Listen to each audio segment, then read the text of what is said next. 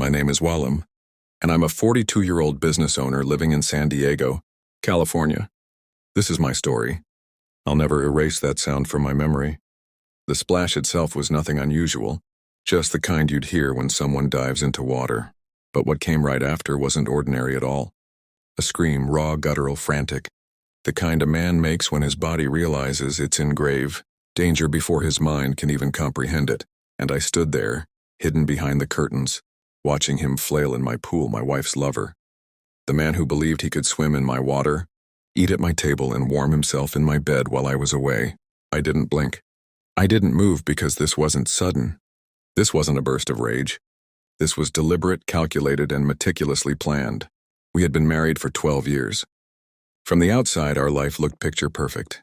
A house with 2 cars in the driveway, dinner parties filled with laughter, and a wife who seemed to glow whenever she walked into a room. People used to say we were the couple to envy. And maybe for a time we were. But comfort has a way of dulling your senses. You stop noticing what's missing until the silence becomes a crushing weight. She stopped holding my hand, stopped asking about my day. Her smile became something polite, the kind you give to a guest you can't wait to leave. At first, I blamed myself. Maybe I'd become too boring. Maybe I'd buried myself too deep in work. So I tried harder. I brought her flowers, planned date nights, and booked weekend trips. But none of it mattered. Because when someone has already chosen another person in their heart, your efforts are nothing but noise. The signs were there, cracks forming like lines in glass, a stray hair that wasn't mine, 2 wine glasses in the sink even though I never drank wine, a damp towel in the bathroom on a day I'd been gone since morning. And then there was the pool. Always the pool. Chlorine has a scent that lingers in the air. Sometimes when I came home early, I would catch a faint trace of it drifting through the breeze. Yet neither of us had gone swimming in weeks. One Tuesday I left work early, parked a block away, and slipped through the back gate without a sound. And there he was, broad-shouldered, cutting through the water of my pool as if he owned it. My wife Lisa sat nearby, legs crossed, watching him with a smile I hadn't seen in years. She didn't even notice me standing there. She was too busy laughing at something he had said. Something inside me cracked then. But with that break came a cold, calm clarity. Revenge doesn't come from rage. Rage stumbles and leaves behind mistakes. My revenge would come from patience. So I studied. I observed. I recorded.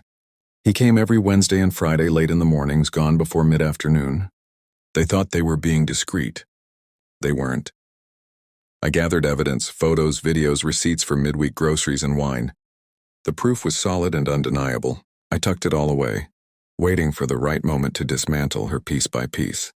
But first him, the arrogant fool who dared to swim in my pool. I researched for weeks. The human body has vulnerabilities most people never think about. A swimming pool is a carefully balanced system. Chlorine, pH stabilizers push it too far in one direction, and the water itself becomes the enemy. I didn't need poison. Poison leaves trails. I needed something subtle, painful, and invisible. I found what I needed online. Safe in small doses, but devastating in larger ones. Enough to scorch a man's lungs if inhaled. Enough to make skin feel like it's burning alive. On a Thursday night, as the pool pump hummed quietly, I poured the mixture into the system. It was clear and odorless, just like water on the surface. By morning, the trap was set. Friday morning, I called in sick, telling her I had meetings across town. She believed me, of course. Liars always assume others are blind. By noon, he was there, right on schedule. Shirt off, chest puffed out, looking smug. She kissed him quickly, nervously. But it was enough to make the knife in my heart twist. Then he walked to the edge of my pool and dove in. The scream came a few seconds later.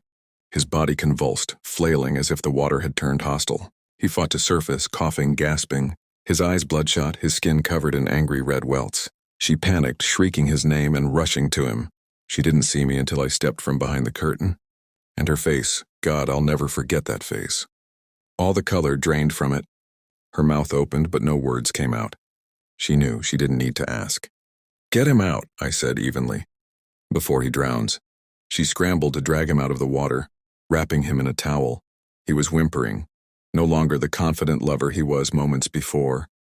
I let the silence stretch until she looked at me, her eyes pleading, begging for a mercy that wasn't coming. "I know everything," I told her, dropping the folder on the table. Pages spilled out, Photos, timestamps, receipts, undeniable proof. Her hands shook as she opened it. Each page was another nail in the coffin of her excuses.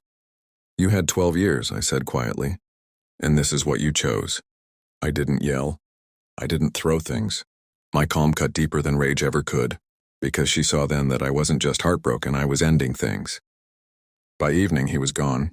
She begged me not to go to the police, not to ruin his life. I almost laughed. His life was already ruined.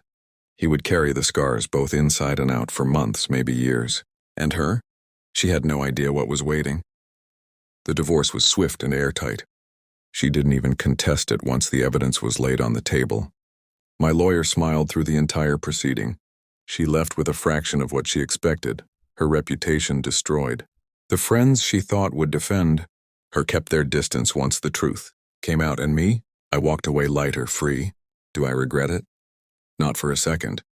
When I think back to that splash, that scream, the moment his arrogance collided with my patience, all I feel is closure. Betrayal is like rot. If you leave a trace behind, it will spread. I cut it out completely. I cut clean. Now when I pass that pool, silent, empty, reflecting nothing but the open sky, I don't see their shadows anymore. I see only myself.